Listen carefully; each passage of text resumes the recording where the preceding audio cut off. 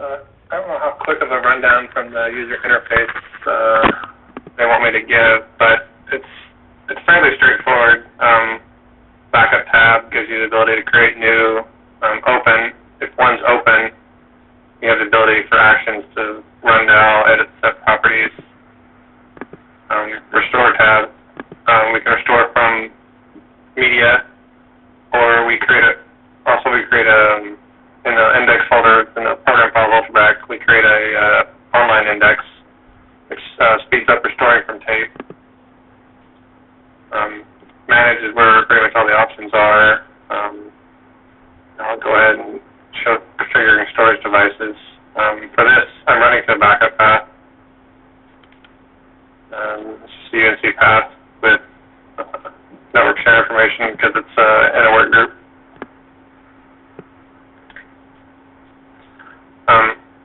We can set quotas with an Ultraback. So if I only wanted to give this share, what is it?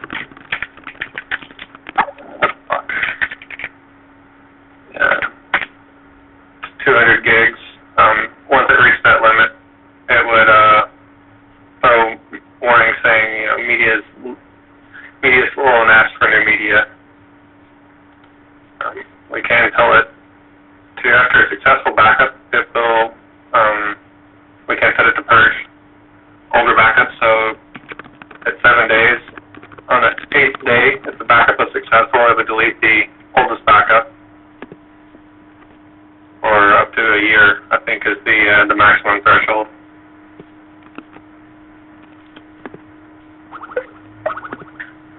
We can write to tape, CD, IBM Tivoli storage, FTP. We can do image and partition, which is sort of like disk cloning, but it's very rarely used. And then remote, so a tape drive located on a remote server.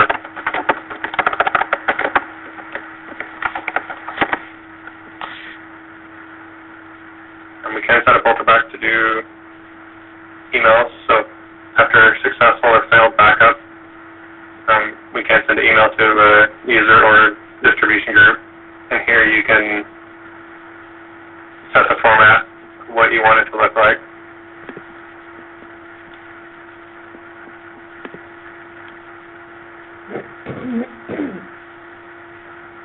In general, we can do authentication options, so you can have multiple servers from multiple domains and back them up. I'm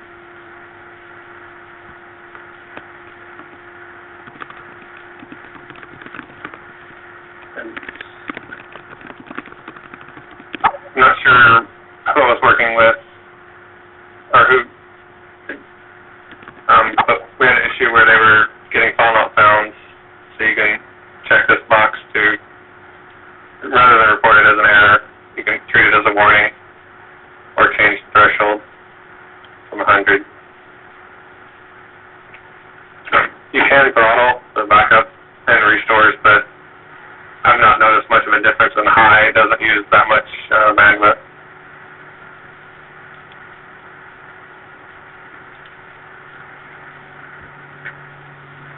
And under the tools, you can prepare, you can set up Ultracopy to, like, copy a backup that was written to disk and then migrate that to tape, or migrate from tape to a second tape. You can remotely push installations from Ultraback. Backup migration is a more advanced functionality of Ultracopy. It creates an Ultracopy queue so that you can, after a backup's done, it adds that job or that storage device into the migration queue, so you don't have to manage and worry about scheduling Ultracopy jobs. And then tools, View Advanced opens up the scheduler, and you can change from weekday to only 5, 3, 2, or 1.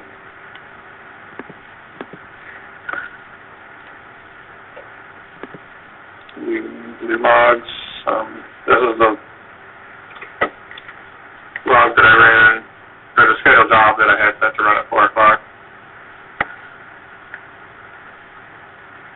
Hopefully it didn't verify the NDK file. But you can see that Ultraback does skip page file, and since I was creating a VMDK file for this demo, it successfully adds the VMware LSI SCSI driver to that VMDK file. And it completed without errors or warnings. I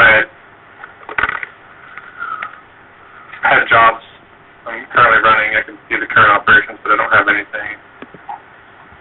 And since all my future jobs are disabled, nothing shows up there as well.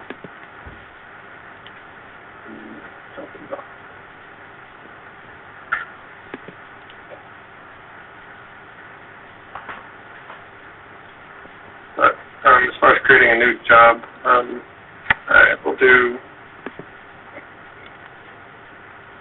an image.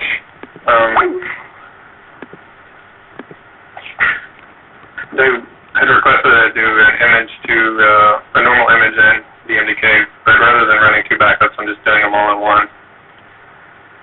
And I'm running directly to the RESX host. And this inventory path, the folder has to exist already, so this test folder needed to exist. And if you browse the data store, create a new folder.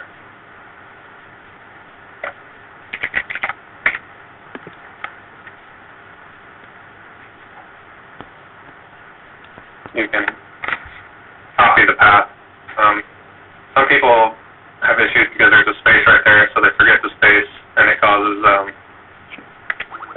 errors when they try to run a backup because the path doesn't exist correctly. You can create this option so that it doesn't create the Ultraback normal backup files. It does cut the storage requirements in half, but you're limited to, you can't restore back to the original machine. You have to go virtual at that point, and then take an image of the virtual machine and restore that back to the physical hardware. Then just provisioning, so we're going to create space on demand for, rather than creating the entire 100 gig VMDK file, it'll only create the 30 gigs of use space.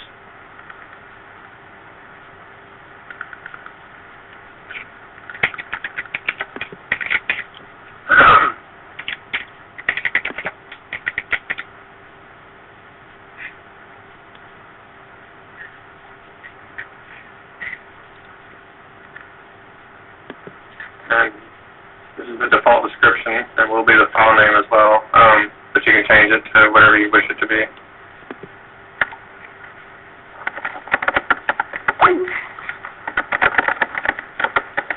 By default, we do enumerate, or we select everything. You have to, it'll bring up what's selected, so plus R, or plus asterisk, which is everything, and R for recursive. I don't like to do that simply because if you add a USB drive or another disk, it automatically gets added. So I usually deselect everything and then only select the partition or partitions that I want. And you can see that it adds that now.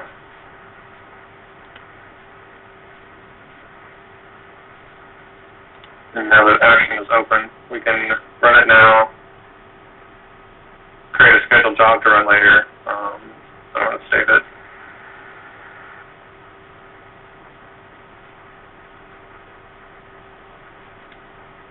Just overwrite the existing file.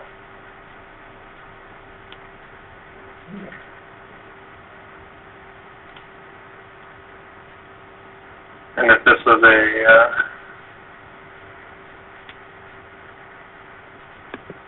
you can do open. If you want to come back later and edit, rather than having to recreate, you can open a set, and action, backup set properties to change it to create differentials. Probably wanted to change the description.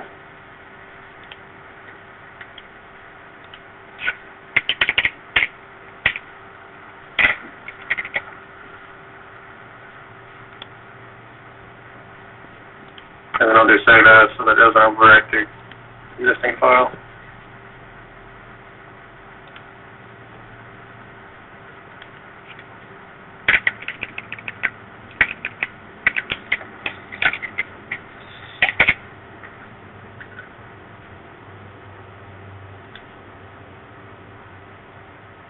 And then you can just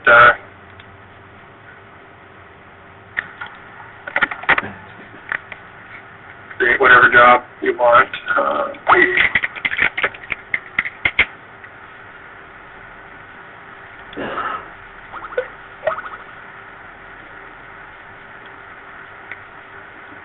I don't want to clear my storage bin yet.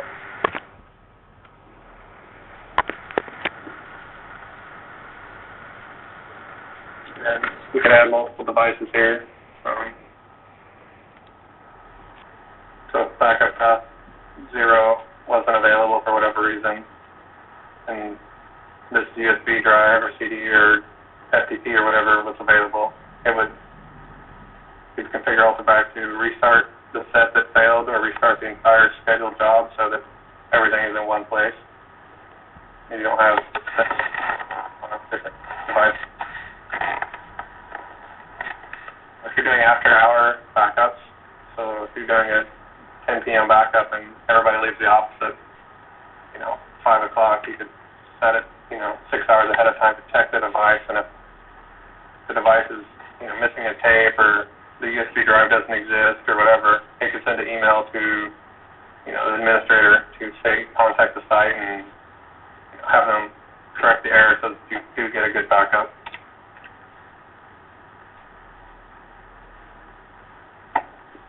This is a new feature for 935. You can tell it to, if the backup's running long, if you don't want it to run more than 24 hours, or if you have something that starts at midnight, you don't want it to impact or start running it during business hours, you can cancel the job if it reaches a certain time.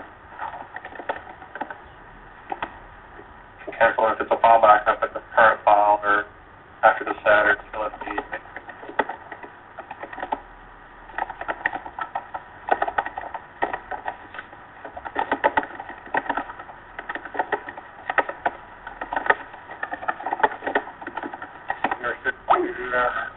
whatever day of the week you wish or month. You have jobs that you only want to run in June on Tuesdays.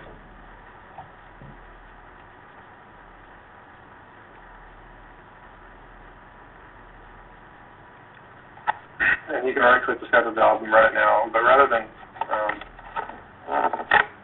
watching this,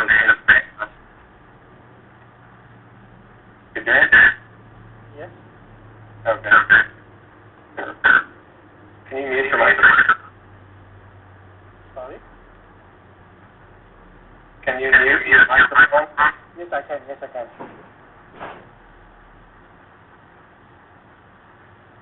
So rather than Yeah, I can hear you, but I can't hear the WebEx. You can't see the WebEx? I can see the WebEx, but I can't hear the sound coming from the WebEx. There is no sound from WebEx. Yeah, Adrian, we're using Skype as audio, not the WebEx. The WebEx is only for presentation. Okay, I already accepted the call, but I can't even hear Adrian, you can hear Trey now, right? No, I don't. Yeah, you can. I thought you said you could hear me. Adrian, can you Yeah, hear Trey? Can you hear Trey? No, I can't. I can only hear both of you. I can't hear him. Yeah, that's Trey. Hi, Adrian. This is Trey. Yeah. Hi. Oh, okay. Sorry. I thought you. Okay, Adrian, can you just mute your line because the rest is on the line as well. Okay, sure. So, rather than watching this backup run, it'll take about 30 minutes to an hour to run it earlier, which is what the screen